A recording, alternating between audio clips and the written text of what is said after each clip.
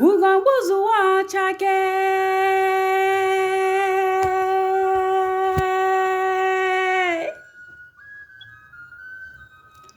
Ugo buzuwa chake miri ruchanu ozo akufechanu odalawo. Ọkwa ndị be anyị na-asị n'ọnwa egbu ije ji chụ aja na-emechi opome.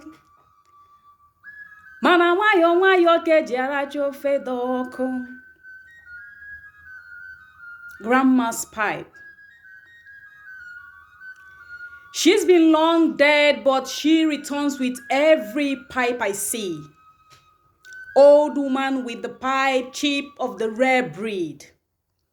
She would sit leisurely on the ancient bed in the family house, a red mud platform that to keep cool and soothing. She would scrub daily with dead roots of plantain trees, fresh like the wet bath sponge. Then the ritual will begin. Onye na-arụ nweze anya na-elele ya elele.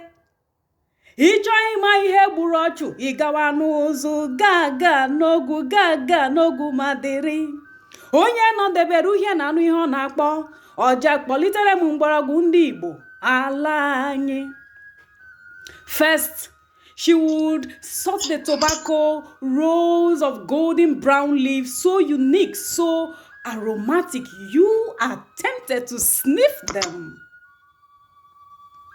Grandma will caress every part of it with the tenderness of an experienced weaver in a loom. Next, she would load her pipe, brown like the tobacco leaves, curved upwards as though swearing allegiance to her.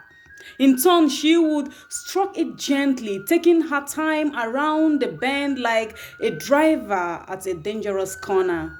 Then she would take a break to fetch a piece of burnished coal from the busy fireplace. Admire the loaded pipe as if reluctant to hot it with fire.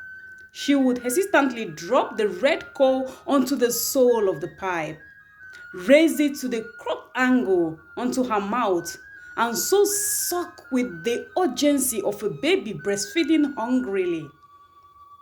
You would think she was about to choke.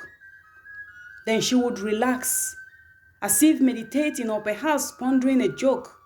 She would puff the smoke, spiral it upwards as if towards the heaven's gate, a contented smile lighting up her dry, wrinkled face. Again, she would relax as if meditating, then her head would jerk like one who just regained consciousness. Nduka Otiono. A long pause tells 1,001 tales. So one day, I seized the cue and asked when and how she picked up the habit. That's another story. Akụkọ ọzọ. She offers in native tongue. Once, your father's father was sick during Biafra, and I was alone with him. The great Obosi, champion wrestler that never lost a fight. His fiery eyes were enough to defeat his foes. They shone like the sun at midday, rolling in their orbs, because the world revolved around them. Another drought of smoke and spark fly. Everyone else had run to the bush, Nduka Otiono, and I was alone with your father's father. The fever had so wrecked his body, one could boil hot corn on it, and he was once again a child.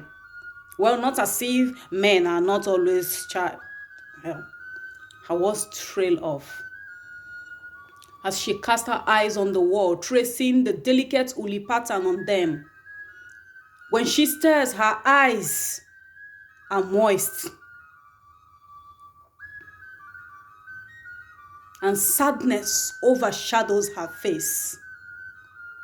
See that hole in the wall? There, she points. Look at the other one up in the ceiling. That's where the bullet flew in. Unexpectedly, thunderbolt from the devil bounced off the wall and hit Obosi. Strong man with a soft heart, dispenser of gifts, scourge of wicked men who defeated Ono and restored justice, earning a moniker that became a family's name. Ikoro!